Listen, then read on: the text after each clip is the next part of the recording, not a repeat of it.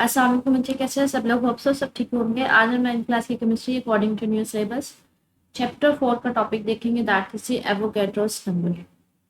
अच्छा, इस Avogadro's number को सिंबॉलिकली आप इसको कैपिटल एन ए मतलब नंबर कैपिटल एन और एवोगैड्रोस स्मॉल सा सब्सक्रिप्ट करके ना यहाँ पे साइड पे लिख देते हैं। ठीक है, एन ए हमारे पास है कि अगर आप पूरा नहीं लिखना चाह रहे एवोगैड्रोस नंबर तो इसकी जगह पे आप ये वाला सिंबल इस्तेमाल करते हैं। अब ये एवोगैड्रोस नंबर है क्या, इसको कहाँ पे इस्तेमाल करते हैं, किसने इंट्रोड्यूस करवाया, वो देखते हैं। कहते हैं chemical reaction large number of atoms or molecules of reactants react to give the product. कहते हैं किसी भी केमिकल रिएक्शन में आपके पास क्या होता है, डिफरेंट तरह के जो एटम्स हैं या मॉलिक्यूल्स हैं वो रिएक्ट करते हैं और आपको प्रोडक्ट दे रहे होते हैं। We would very much like to know the mass ratio in the which the reactants effect react. कहते हैं हमारे पास क्या होता है, ज़्यादातर हम ये पता करना चाह रहे होते हैं कि आपको रिएक्टेंट्स की कितनी मिकदार चाहिए कि वो रिएक्ट कर सके। कि अगर मैं कार्बन को ऑक्सीजन के साथ रिएक्ट करवा रही हूँ तो मुझे कितना कार्बन चाहिए, कितना ऑक्सीजन चाहिए। तो आपको रिएक्टेंट की मिकदार या उनकी मास रेशियो फाइंड आउट करना चाह रहे होते हैं। For this purpose we also like to express these message of reactants in grams. और इसके लिए हमारी प्रेफरेंस यही होती है, हम चाह रहे होते हैं कि हम उन मैसेज को ग्राम्स में बता सकें। फॉर एग्जांपल, अगर मैं कार्बन ऑक्सीजन का रिएक्शन करवाना चाह रही हूँ, मैं बता सकूँ कि मुझे कितने ग्राम्स कार्बन के चाहिए, कितने ग्राम्स मुझे ऑक्सीजन के चाहिए रिएक्शन करवाने के लिए। To achieve this objective, we need to transform the concept of chemical formula and atomic mass unit into the such concept which may lead us to know the masses of the reacting elements and compounds in grams। कहते हैं अगर मुझे पता करना है कि reactants की मुझे कितनी मिकदार चाहिए, कितनी मुझे रिएक्टेंट्स की मिकदार चाहिए ग्राम्स वगैरह में, तो उसके लिए मुझे क्या करना पड़ेगा। अभी तक जो मैं कंसेप्ट पढ़ती आ रही हूँ ना, केमिकल फार्मूला और एटॉमिक मास यूनिट, उन सबको मुझे किसी ऐसे कंसेप्ट में कन्वर्ट करना पड़ेगा जिससे मुझे पता चल सके कि कितने मैं ग्राम्स यूज कर रही हूँ रिएक्टेंट्स के।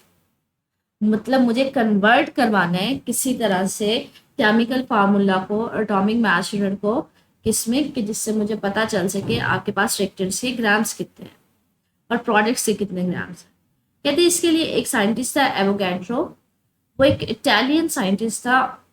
Help us to achieve the objective in the following way. उसने ये मदद की थी जिससे हम पता कर सकते थे कि हमें रिएक्टेंट्स के कितने ग्राम्स चाहिए, पर्टिकुलर अगर जो भी आपने प्रोडक्ट अचीव करना है उसको प्रिपेयर करवाने के लिए। कहते हैं let us consider the following reaction in which two atoms of the carbon react with the molecule of oxygen to produce two molecules of carbon monoxide. कहते हैं आप ये एक रिएक्शन देखते हैं, इस रिएक्शन के जरिए हम इसको समझने की तरफ आते हैं कि किस तरह से हम मॉलिक्यूल केमिकल फार्मूला और एटॉमिक मास यूनिट को कंसेप्ट को कन्वर्ट करवाएंगे इस ऐसे कंसेप्ट में जिसके जरिए हमें पता चल सकेगा कि हम कितने कार्बन के ग्राम्स लें और कितने ऑक्सीजन के लें। कहते हैं ये हमारे पास एक इक्वेशन है जिसमें आप 2 कार्बन एटम इस्तेमाल कर रहे हो और एक जो है हमारे पास ऑक्सीजन का मॉलिक्यूल है। जब ये दोनों रिएक्ट करते हैं तो हमारे पास 2 कार्बन मोनोऑक्साइड बनते हैं। मतलब ऑक्सीजन का एक ही मॉलिक्यूल चाहिए, कार्बन के 2 चाहिए और 2 कार्बन मोनोऑक्साइड आपके पास बनते हैं। अब मुझे ये पता करना है, मेरा मेन कंसर्न क्या है, मुझे ये पता करना है कि मेरे पास ऑक्सीजन के कितने ग्राम्स होने चाहिए, कार्बन के कितने ग्राम्स होने चाहिए और जो मेरे पास प्रोडक्ट बन रहा है ये ग्राम्स में मेरे पास कितना आ रहा है। मुझे इन सबको ग्राम्स में फाइंड आउट करना है। वो किस तरह से वो देखते हैं। कहते हैं since it is not possible to account for the masses of individual atoms for molecules because they are very small particles.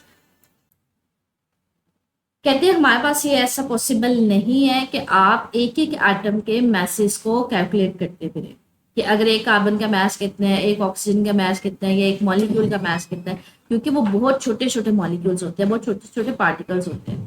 तो आप एक एक मॉलिक्यूल्स या एटम लेने की बजाय आप क्या करते हैं, नंबर ऑफ जो हमारे पास एटम्स है ना रिएक्टिंग स्पीसीज के, उनको बढ़ा देते हैं। फॉर एग्जाम्पल मैं 2 नहीं लूंगी, मैं 2 कार्बन नहीं लेती, मैं 2 ऑक्सीजन नहीं लेती या एक मॉलिक्यूल नहीं लेती ऑक्सीजन का, मैं उनके अमाउंट बढ़ा देती हूँ।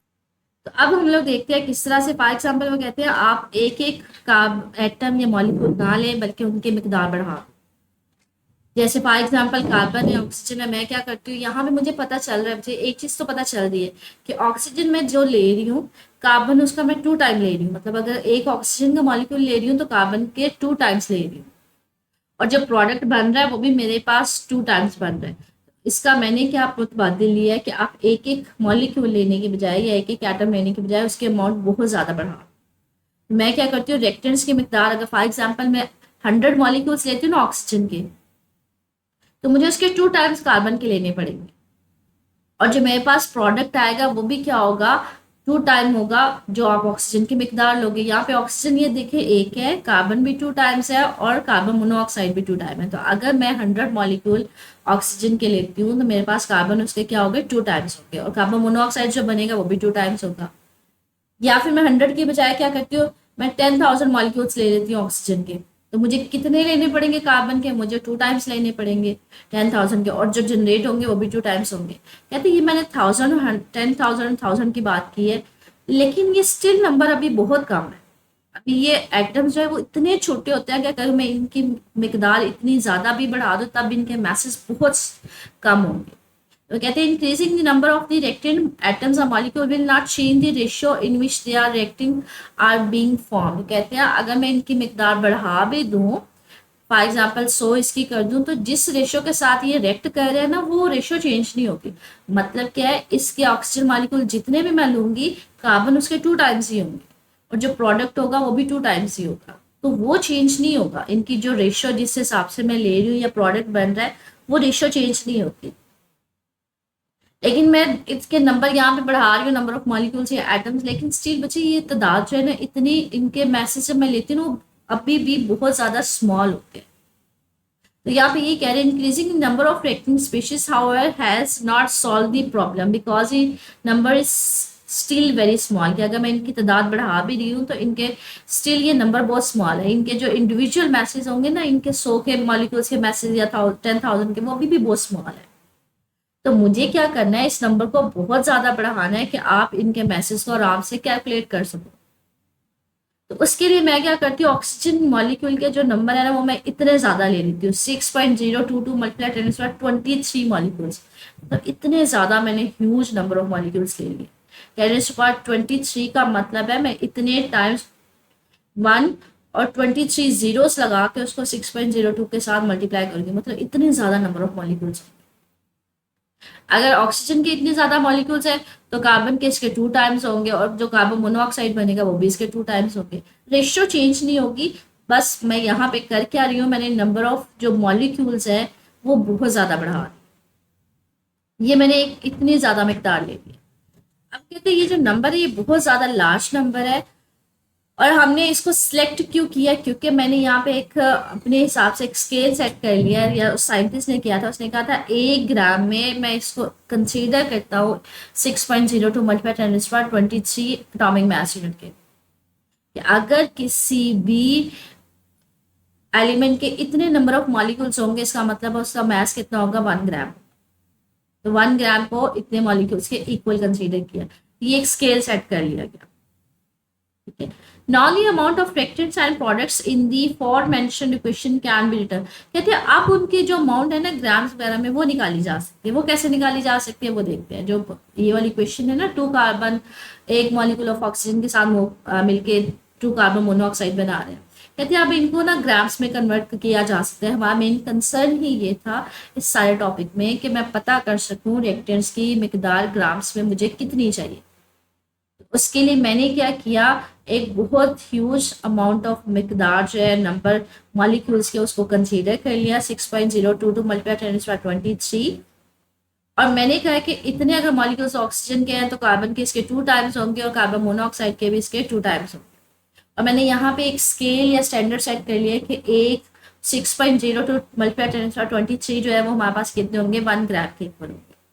आपने ऑक्सीजन के मॉलिक्यूल्स भी इतने लिए, कार्बन के इसके 2 टाइम्स लिए, और कार्बन मोनोऑक्साइड के भी 2 टाइम्स होंगे। अब इन मॉलिक्यूल्स को आपने इनकी मिकदार को ग्राम्स में कन्वर्ट करवाना है। वो कैसे करेंगे, कार्बन के 2 टाइम्स है, कार्बन का 2, इसको नंबर ऑफ मॉलिक्यूल्स के साथ मल्टीप्लाई करेंगे, और कार्बन का एटॉमिक मास यूनिट भी उसको मल्टीप्लाई करेंगे। अब एटॉमिक मास यूनिट को इसके साथ मल्टीप्लाई किया, 12 मल्टीप्लाई 2 24, और इस नंबर की जगह आपने क्या लिख दिया, ग्राम, क्योंकि बच्चे ये जो है ना ये 6.2 मल्टीप्लाई 10⁻23 वो किसके इक्वल है, ग्राम के इक्वल है। तो मुझे कार्बन की वैल्यू पता चल गई ग्राम से। बिल्कुल इसी तरह से ऑक्सीजन के आपने निकाले, ऑक्सीजन के आपने सिर्फ इतने मॉलिक्यूल्स लिए थे, ये तो सिर्फ इतने मॉलिक्यूल्स है, इसकी कोई रेशो सिंपल रेशो थी, ठीक है, वन मतलब एक ही सिंगल मॉलिक्यूल था, तो एक मॉलिक्यूल के बजाय आपने कितने ले लिए, इतने ज्यादा मॉलिक्यूल्स लिए, और इसको इसके एटॉमिक मास से मल्टीप्लाई कर दिया, एटॉमिक मास इसका 32 है, तो आपके पास एटॉमिक मास उसी तरह से रहेगा, इस मॉलिक्यूल की जगह पे आप क्या लिख दोगे, ग्राम्स।